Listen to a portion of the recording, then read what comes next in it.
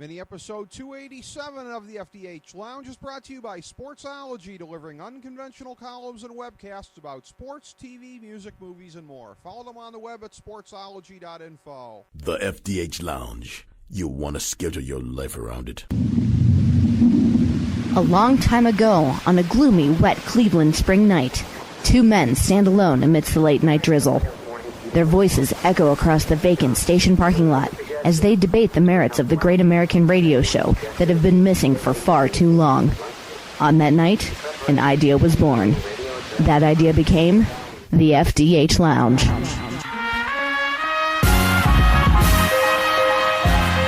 Welcome to the FDH Lounge. Hello, everyone. Welcome to mini episode number 287 of the FDH Lounge. This is FDH Managing Partner Rick Morris. This is going to be a wonderful discussion, I am sure.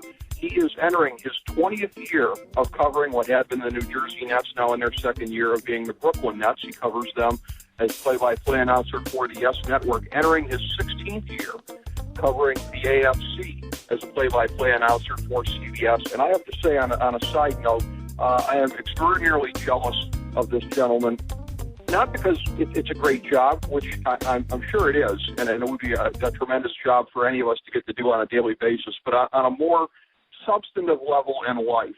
This is somebody who, having broadcast so many games for my crappy Cleveland Browns over the years, he will not have to spend a day in purgatory, ladies and gentlemen. He has already served out his time here on Earth.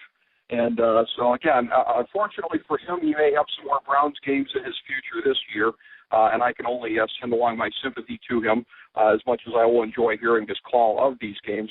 But I speak, of course, of the great Ian Eagle of CBS Sports and the Yes Network. Ian, welcome to the FDH Lounge, sir. Pleasure to have you on.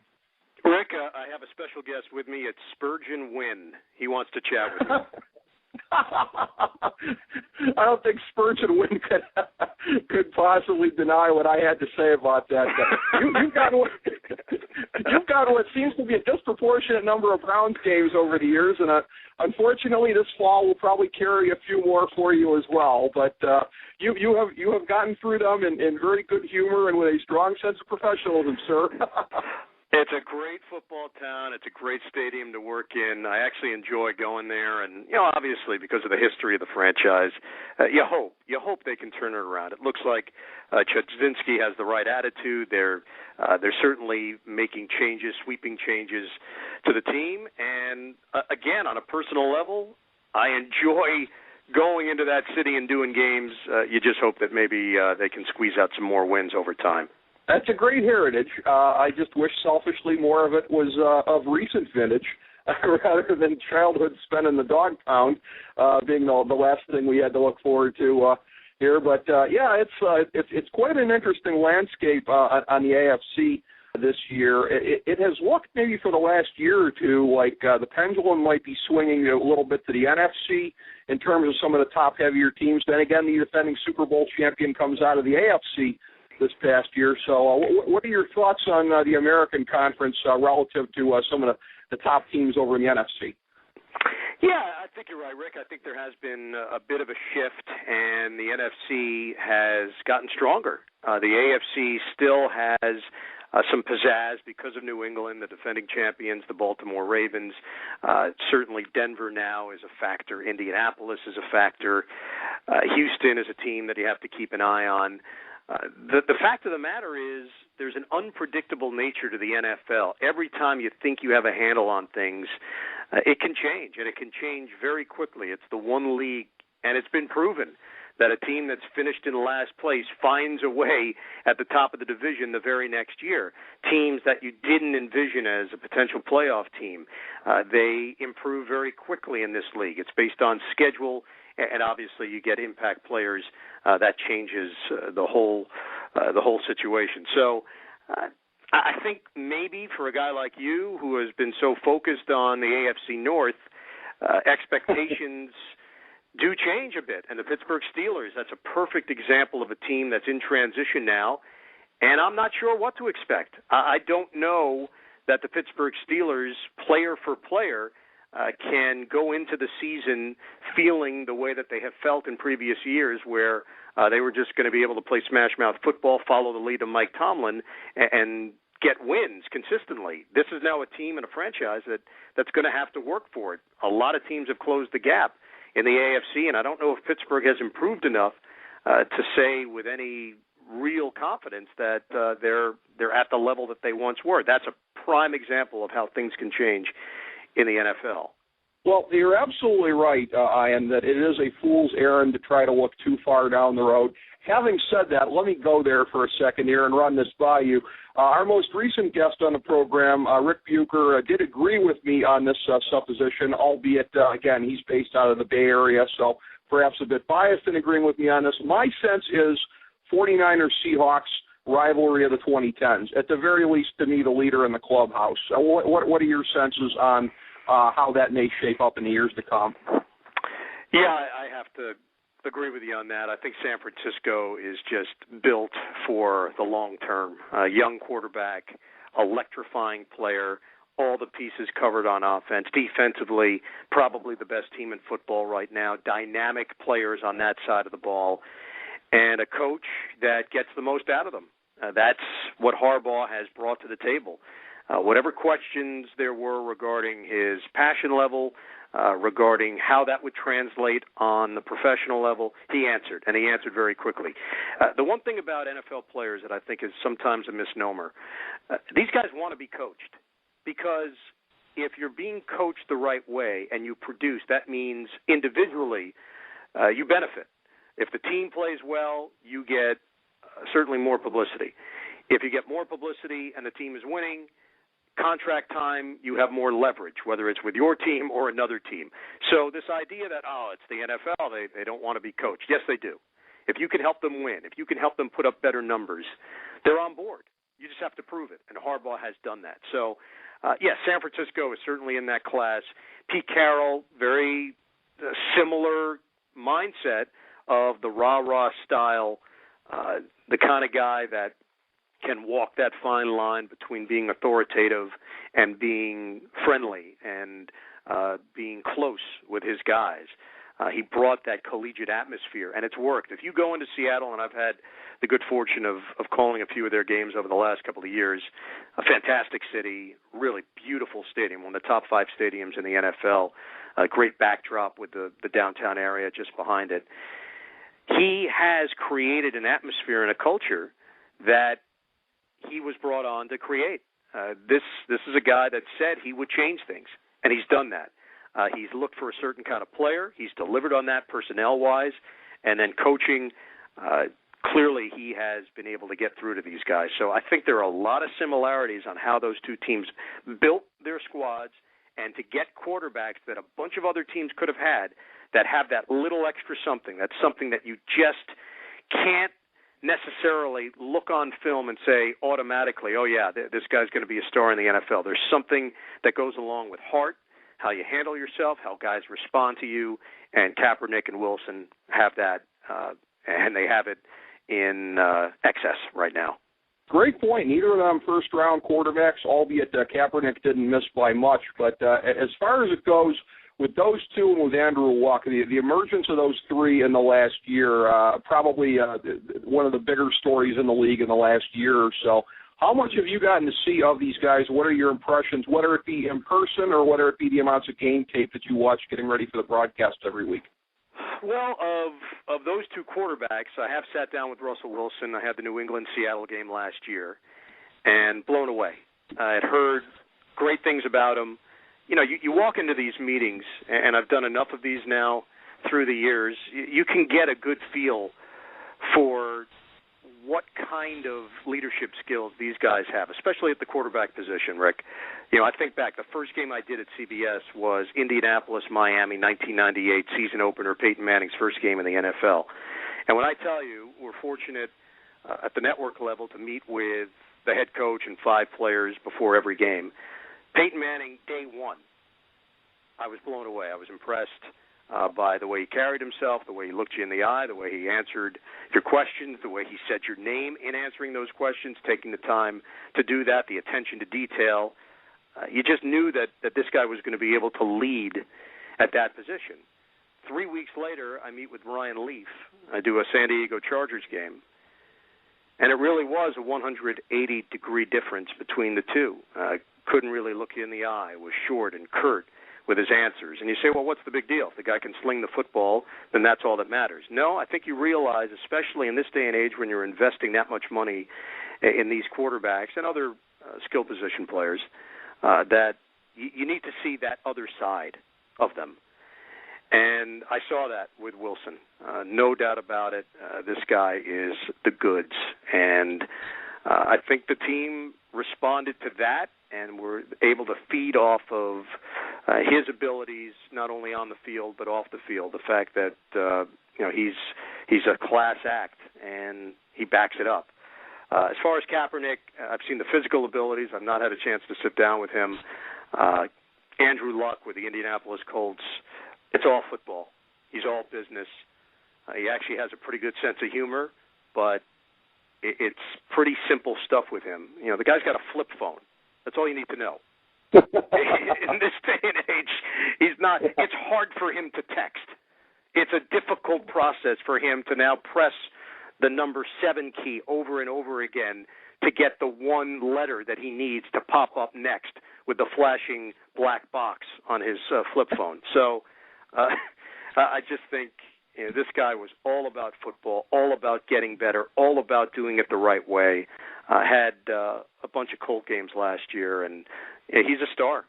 There's no getting around it. They have a really nice supporting cast, but Luck was the real deal. Absolutely, and as I've seen analyst Greg Cosell make reference to, they actually asked him to go downfield a disproportionate amount for a rookie, which shows you how much they trusted him right there. And at least he's not carrying around a brick phone like some of the hipsters out there. And when we say hipsters, I can't help but think of Brooklyn. And I do want to ask you about the Nets in a little bit here, but as far as it goes with covering the NFL, I know you've got the Jets preseason games as well. So your sense thus far heading into this bunch of preseason games this year, I mean, it looks like the circus has left town by and large from what we're hearing thus far, but your sense of how much more business-like it is or it isn't in this, what might be the final year of Rex there? Yeah, I think it is more business-like. The sideshow is certainly not a factor like it once was. Tim Tebow last year was the dominant part of the conversation.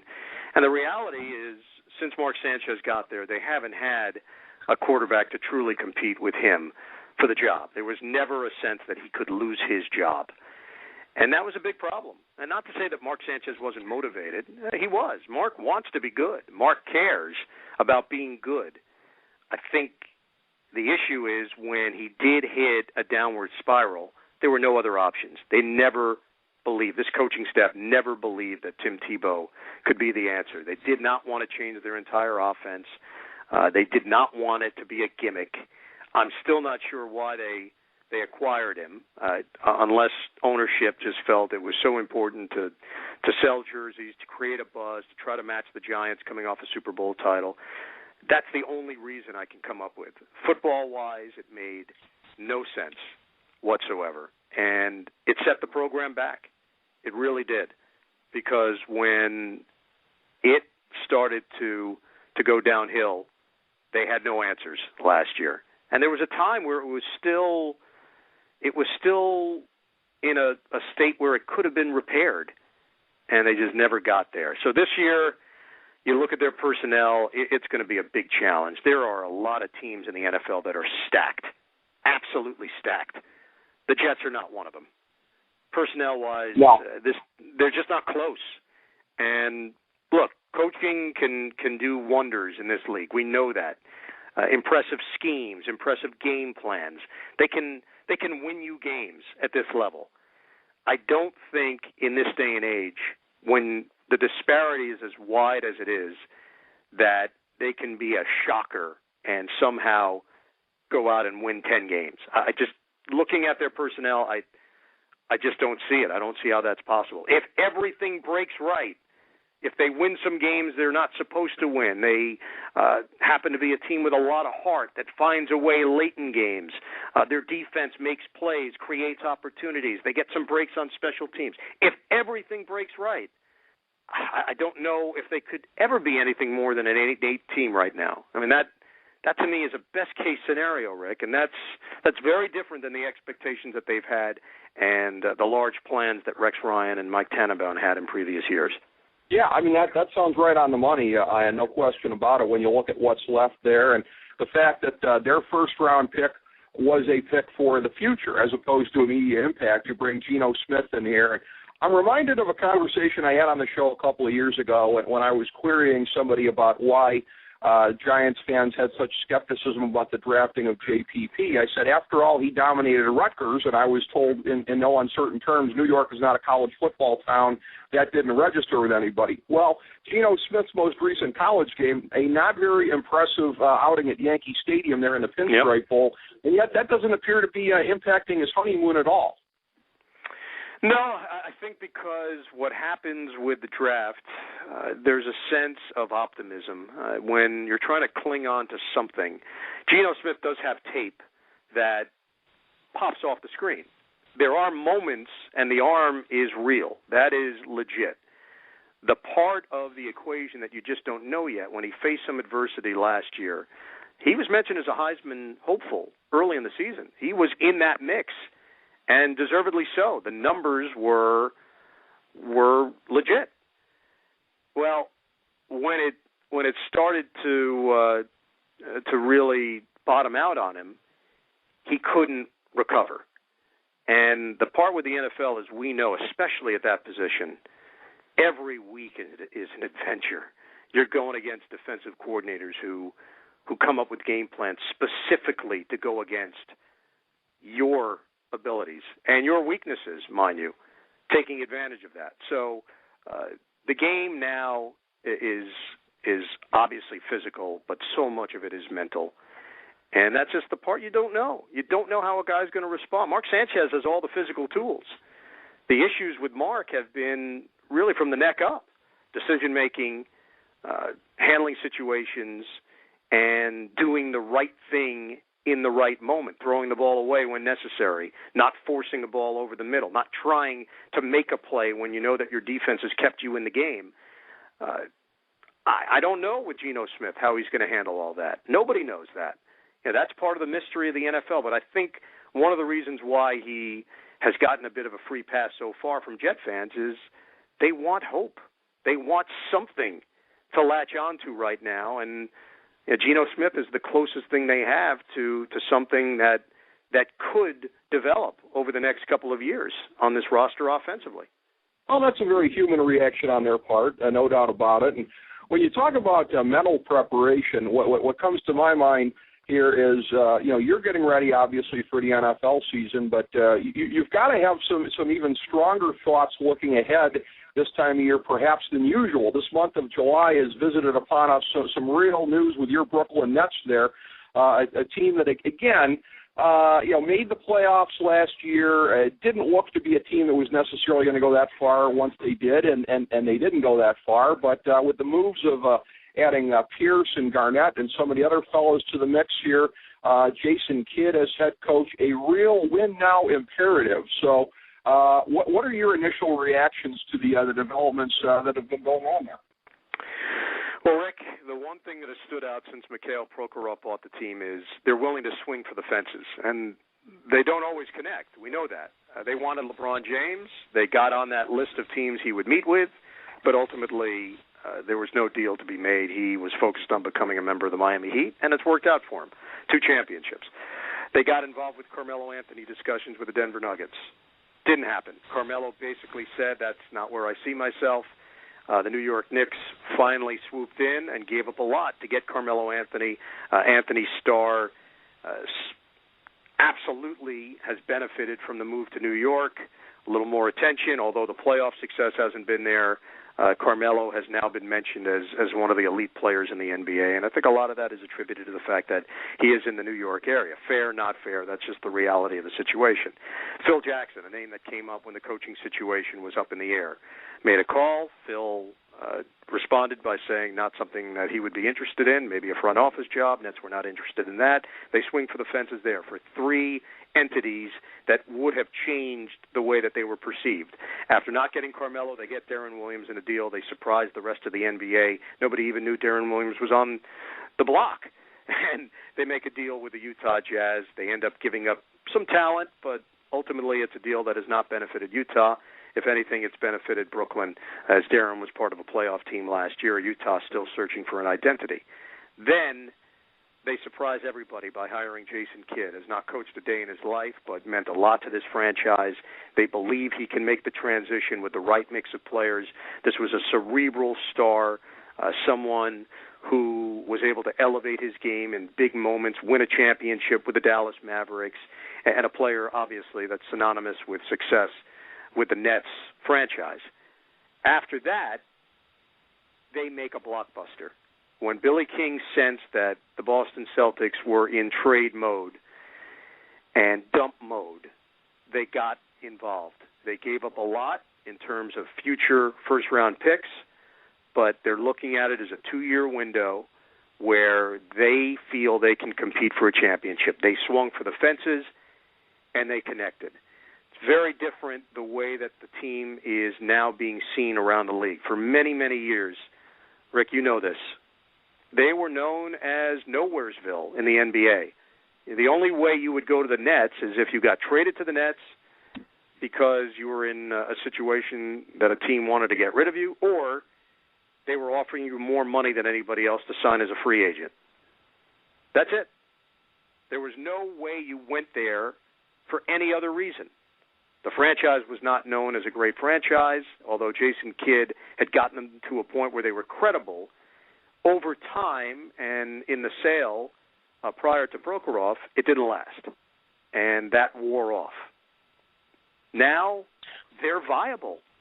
They're a destination. That's hard to do. That's hard to do in a short period of time. They've been able to do that, and I give Billy King a lot of credit for doing it.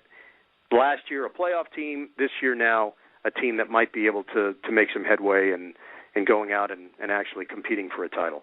Now, along those lines, in terms of the advances that they've made, Ian, it's very early to try to make sense of what might happen with this, but let's just go there anyways. The news coming recently that Madison Square Garden is going to have to vacate in 10 years. When you look at the perception of the Nets versus the Knicks over the years, that's been one of the big edges that the Knicks have had, the history of OMG, Madison Square Garden, 50-plus years in this location, and granted, it'll still be called Madison Square Garden. It'll still, in all likelihood, end up somewhere in Manhattan. But does the fact that that's going to be a new arena, minus any of the ghosts and the history and all the things that people revere about that place, is that yet another thing that maybe narrows the gap in terms of perception with the Nets? Yeah, it could. It's obviously down the road, but I think that is something that the Nets feel could be a difference maker in 10 years from now. If the Knicks are not playing at the hollowed floor of Madison Square Garden, that's a big part of their appeal. So, we'll see. We'll see how all of that shakes out. They've just pumped a lot of money into refurbishing the Garden, making changes. And let me tell you, it's still a great place to do a game. There's an energy there. There's an electricity. There's a mystique when you walk inside that building. But with all of that said, I didn't know how Brooklyn would respond to having an NBA team. My first thought when all of this was announced was, well, how do you create an interest in a fan base out of thin air? And I was beyond surprised at what transpired last year. The arena was done in a classy manner. It's not over the top. Barclays Center, it's not an assault of your senses. They did it right, and it's a really nice venue for a game. To me, that's the other part of it. You could have all the bells and whistles. Do you enjoy watching a game there? Are the sight lines good? The lighting? All of that was covered. It was really well designed, and it's not one of these stadium-like arenas. Look, Chicago, great place. Huge, immense. Staples Center, same deal. You look up, and there's just level upon level upon level. That's just not the case here. With the Barclays Center, the lower bowl is very close to the action, and upstairs it's much more intimate. It's a very different setting than what we've grown used to with the newer places being put up around the league. So I think they're ready to compete. They feel good about the team they have. They feel good about the venue they have. They feel good about what they've been able to project to the public. I don't know if it will ever just be a net town. I think that would be hard to do because of the Knicks' history, and you have generations and generations of Knicks fans. But the fact that they could make any kind of dent is a huge upset. It really is, and as you said, it's a tremendous credit to ownership, the front office, the strides that they've made in the last couple of years. You alluded to different places, of course, that you've called games, and of course that would extend to the college games on CBS. I know you've called some games with Turner Sports as well, some NBA games on there. So do you have a greater sense of anticipation for this season than perhaps you might otherwise at this point in time? We're looking at a college crop next year that's going to yield probably the greatest NBA draft class in 11 years. This is the last year that a lot of the mega free agents are going to be under contract before they can opt out. So there's a lot of change that appears to be swirling in the wind here. And how do you look at this as an announcer heading into a season like this on both the college and the pro levels? Yeah, it's a great question, Rick, because what we've learned is it's cyclical. There are great players that come around, and you question after a Michael Jordan retires, you say to yourself, well, that's it. I mean, we're not going to see anybody at that level again. And the reality is there's always somebody else. Not to say that they are Michael Jordan and can match him championship for championship, but what LeBron James has been able to bring to the league and Kobe Bryant, there are always going to be superstars. They just don't come around every year. And that's part of the intrigue in the NBA. Look, teams will tell you, hey, we're not throwing games, we're not tanking the season. I don't know. To me, you still got to go out and compete. There's not a player in the NBA that goes into a game thinking, well, I'm not going to play well tonight because maybe there's a chance my team can get the number one pick. It's just not. It's not part of their mindset. It's not part of their constitution. Now, you just may not have a good enough team to compete night in, night out. I watched a 12-70 team with the then New Jersey Nets a few years ago. It wasn't from a lack of effort. It just didn't have the pieces in place. So they go 12-70, one of the worst seasons in NBA history, Rick, and they still don't get the number one pick. That year it's John Wall. Number 2 pick is Evan Turner. They end up taking Derek Favors with the 3rd pick. He's part of the deal to acquire Darren Williams. So the only thing I would say to NBA teams that may be thinking, hey, this draft class is so good, let me just tank this year and see if we can get an all-timer. Rick Pitino thought the same thing when he took over the Boston Celtics. They had the highest percentage to get the number 1 pick. The Spurs got it. They got Tim Duncan. It changed their franchise. Rick Pitino ended up going to college and won another championship with Louisville last year. You can't write the script before it happens. With all of the talent that you alluded to, there's a lot to go around. And this might be a once-in-a-lifetime kind of draft class, but you still got to play out the string. You still have to go out there and try to make the best moves possible for your franchise because nothing is etched in stone. Oh, that's absolutely the case, no question about that. Even the case with my beloved Cleveland Cavs, as bad as we sucked the first year after LeBron left, people tend to forget that was the Clippers pick that we used to get the number 1 pick to get Kyrie Irving. So yeah, it's a low percentage move to try to tank outright, and you're right, and most people do not really give credence to that. One more thing I'd like to ask you here. I'm noticing a similarity in something that you've done with another one of our guests, actually a 4-time Lounge guest, Kenny Albert, who got a chance to call the international version of the Super Bowl. I'm seeing, if Wikipedia is to be believed, and that hasn't always been the case with past guests here, but I'm seeing that you actually got to make the international call for the NBA Finals, you and your partner Jim Spinarkle calling the games for coverage overseas. What was that like? That must have really been a thrill. Yeah, it was fun. I did the entire broadcast in Mandarin, which I don't know if most people realize that I'm fluent in, but no. I've had a chance to do it a number of times through the years. My first ever television broadcast on the NBA was the international broadcast of the Finals 1995, Houston and Orlando. And I had just done the Nets on radio and got an opportunity to do that, which was a huge assignment for me at that time of my career. And I ended up calling a couple of those Bulls championships over Seattle, over Utah as well. So when the opportunity has popped up through the years, I've jumped on it. A lot of fun. This was a series to remember, an all-timer. That Game 6 was just an absolute thrill to call, and Game 7 came right down to the final minutes and seconds. So, on a personal level, you want to call big games. You want to be associated. You want to be in those moments, and I'll never forget those games. That's something that will always stand out.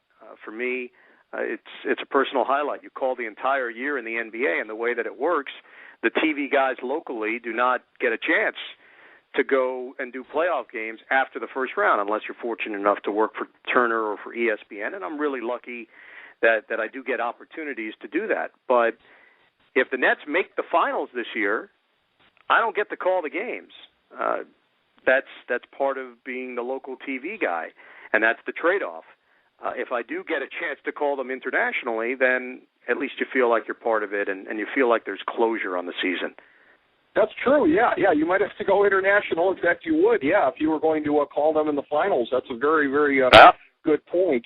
I'll do radio for Korea if need be. If that's available, I'm okay with it. Well, maybe not Korea. Do a couple possessions in rotating languages. That would really be great. You could do some showing off. This one's going to be in Swahili. The next one's going to be in Portuguese. I minored in Swahili, so I'm not even sure how you knew that. That's amazing. It's right in your wheelhouse, and then you can definitely handle that. But we always like to make sure that we plug things with our guests officially here, Ian. So any major projects that we've missed out on thus far haven't covered sufficiently? Tennis. I'll have the U.S. Open coming up. I'm working that for CBS and for Tennis Channel. Look forward to that. I think I have 9 or 10 days out there between the two networks, and that's always a lot of fun for me. I grew up about 10 minutes from Flushing Meadows and Forest Hills, the former home of the U.S. Open. So I was a tennis guy growing up, and on a personal level, that's always a highlight for the year. And then, I'm a big movie guy, too. Through the years, I've tried to include pop culture in my broadcast, if applicable, without forcing it.